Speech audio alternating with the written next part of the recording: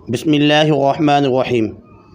قرآن مجید کا تعارف اور فضائل، 9 کلاس اسلامیات لازمی، اس کا تفصیلی سوال ہو چکا ہے۔ آج انشاءاللہ العزیز مختصر سوالات اور کثیر الانتخابی سوالات پڑھیں گے۔ اسلامیات صفحہ نمبر 7 میں الف ہے، وہ سوال ہو چکا ہے، تفصیلی سوالات ہیں۔ انشاءاللہ العزیز ڈسکرپشن میں اس کا لنک دے دیا جائے گا، وہاں سے دیکھ لیجئے گا۔ آج ہم جو پڑھ رہے ہیں وہ بے اور جیم۔ بے میں مندرجہ ذیل سوالات کے مختصر جواب تحریر کیجیے۔ اس میں شارٹ کوشچن آنسر ہیں۔ سوال نمبر 1 ہے، لفظ قرآن، لفظ جو ہے قرآن، اس کا قرآن کا جو لفظ ہے اس کا مطلب کیا ہے؟ تو قرآن کی لغوی معنی، قرآن مجید کے اصطلاحی معنی اور قرآن مجید کا مختصر تعارف، یہ 3 ہیڈنگز بنی۔ اس سے فائدہ یہ ہوتا ہے کہ پیپر چیک کرنے والا اس کے لیے آسانی ہو جاتی ہے کہ آپ نے یہ 3 ہیڈنگز لکھی اور اس میں کیا کیا لکھنا چاہ رہے ہیں۔ لغوی معنی میں آپ نے لکھنا ہے کہ قرآن کی لغوی معنی ہے پڑھنا، قرأ یقرأ قراءۃً، قراءت پڑھنے کو کہتے ہیں۔ اور قرآن مجید، قرآن کے معنی ہے پڑھی ہوئی کتاب، اور قرآن مجید کو قرآن اس لیے بھی کہتے ہیں کہ دنیا میں سب سے زیادہ پڑھی جانے والی کتاب قرآن مجید ہے۔ اس کے بعد قرآن مجید کی اصطلاحی معنی کیا ہیں؟ قرآن مجید کی اصطلاحی معنی میں اللہ تعالیٰ کا وہ کلام جو اللہ تعالیٰ کے آخری نبی، خاتم النبیین، آخری نبی اور رسول حضرت محمد صلی اللہ علیہ وسلم پر حضرت جبرائیل علیہ السلام کے واسطے سے نازل ہوا اور مصاحف میں لکھا گیا۔ مصاحف کا مطلب ہوتا ہے، مصاحف مصحف کی جمع ہے، یعنی قرآن مجید میں صفحات میں لکھا گیا ہے۔ قرآن مجید کا مختصر تعارف لکھ لیں گے کہ قرآن مجید میں 30 پارے ہیں، 114 صورتیں ہیں، 558 رکوع ہیں اور 6236 آیات ہیں۔ آیات اور رکوع میں اختلاف ہے، لیکن بک میں ایسا ہی لکھا ہے، تو ہم بھی ایسا ہی کاپی وغیرہ میں اور ایگزام میں لکھیں گے۔ اس کے بعد اگلا سوال، سوال نمبر 2، سورت اور آیت کا مطلب بیان کیجیے۔ اس میں سورت کے بارے میں اور آیت کے بارے میں پوچھنا چاہ رہے ہیں، تو اس طریقے سے 3 ہیڈنگز دی جائیں گی کہ سورت کا مطلب کیا ہے، آیت کی لغوی معنی کیا ہیں، آیت کے اصطلاحی معنی کیا ہیں۔ سورت کا مطلب ہے سورت کم از کم 3 آیات پر مشتمل ہوتی ہے، جیسے سورت کوثر 3 آیات پر مشتمل ہے، سورہ اخلاص، ایسے چھوٹی صورتیں بھی ہوتی ہیں، بڑی بھی ہوتی ہیں۔ ہر سورت کا ایک خاص مضمون ہوتا ہے، ایک خاص موضوع ہوتا ہے، جس کی ابتدا میں بسم اللہ الرحمن الرحیم لکھی ہوتی ہے۔ لیکن سورۃ توبہ کے علاوہ باقی تمام سورتوں میں بسم اللہ تو لکھا ہوگا، لیکن سورۃ توبہ میں نہیں ہے۔ اس کو سورت کہا جاتا ہے۔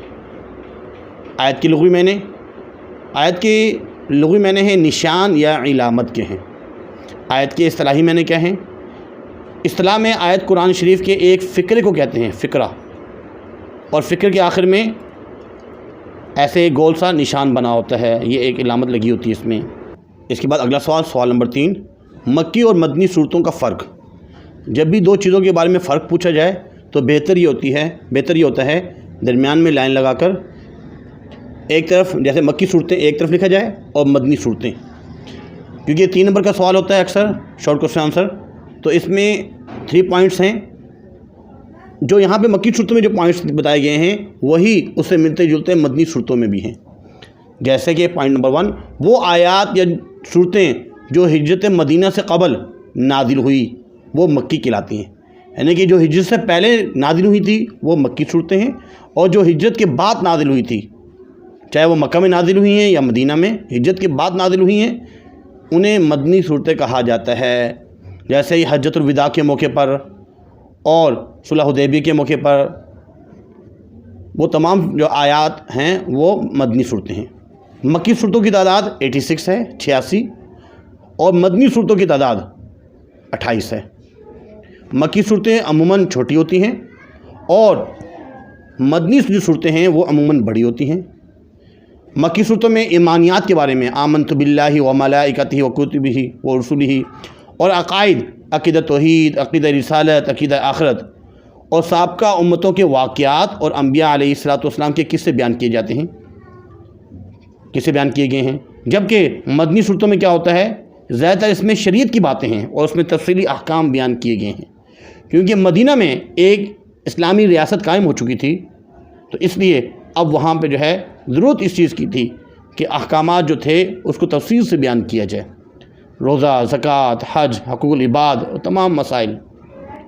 قرآن مجید کے مشہور نام تحریر کیجئے، اس کو اسماء القرآن بھی کہا جاتا ہے، قرآن مجید کے نام۔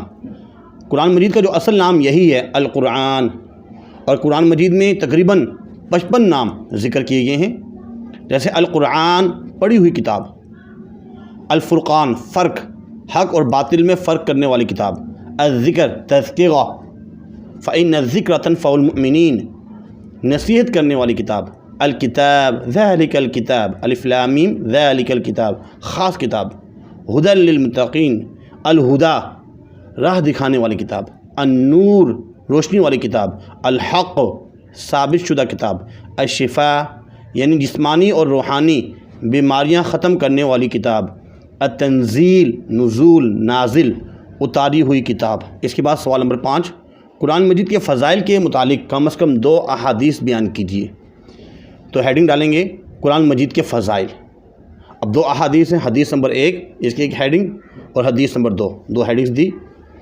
حضور صلی اللہ علیہ وسلم نے قرآن مجید کی تعلیم حاصل کرنے والے کے لیے فرمایا ہے، خیرکم من تعلم القرآن وعلمہ، ترجمہ، تم میں سے بہتر وہ شخص ہے جو قرآن سیکھے اور سکھائے۔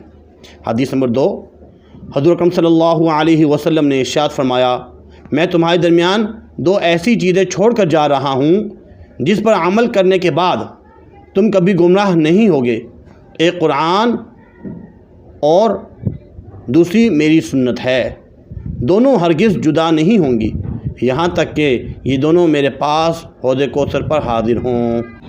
اس کے بعد اگلا سوال، قرآن مجید کے حقوق و آداب بیان کیجیے۔ 2 چیزیں پوچھی جا رہی ہیں۔ اصل دیکھا جائے حقوق اور آداب، ایک تو اس میں ہیڈنگ ڈالیں گے قرآن مجید کے حقوق، حق کیا ہے اور آداب کیا ہیں۔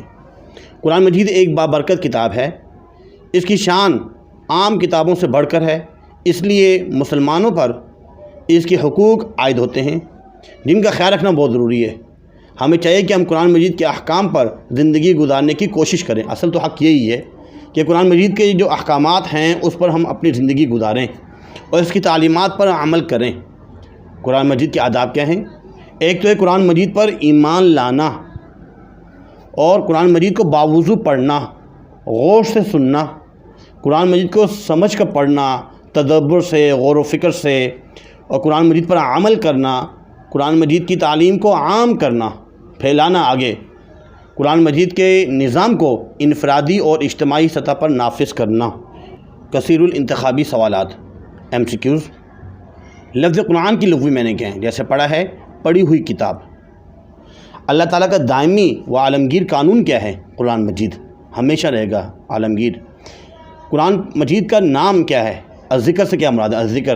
الذکر سے مراد ہے تذکرہ، نصیحت والی کتاب، ثابت شدہ۔ قرآن مجید اللہ تعالیٰ کا ازلی کلام جو موجود ہے، کہاں موجود ہے؟ لوح محفوظ میں۔ امید کرتے ہیں کہ آج کا لیکچر آپ کو سمجھ میں آیا ہوگا۔ بہتر تو یہ ہے کہ اگر میرے چینل کو سبسکرائب کریں گے تو جتنی بھی ویڈیو آتی رہے گی آپ تک پہنچتی رہے گی تاکہ آپ کو فائدہ ہو۔ اللہ تعالیٰ عمل کرنے کی توفیق عطا فرمائے۔ وما علینا الا البلاغ المبین۔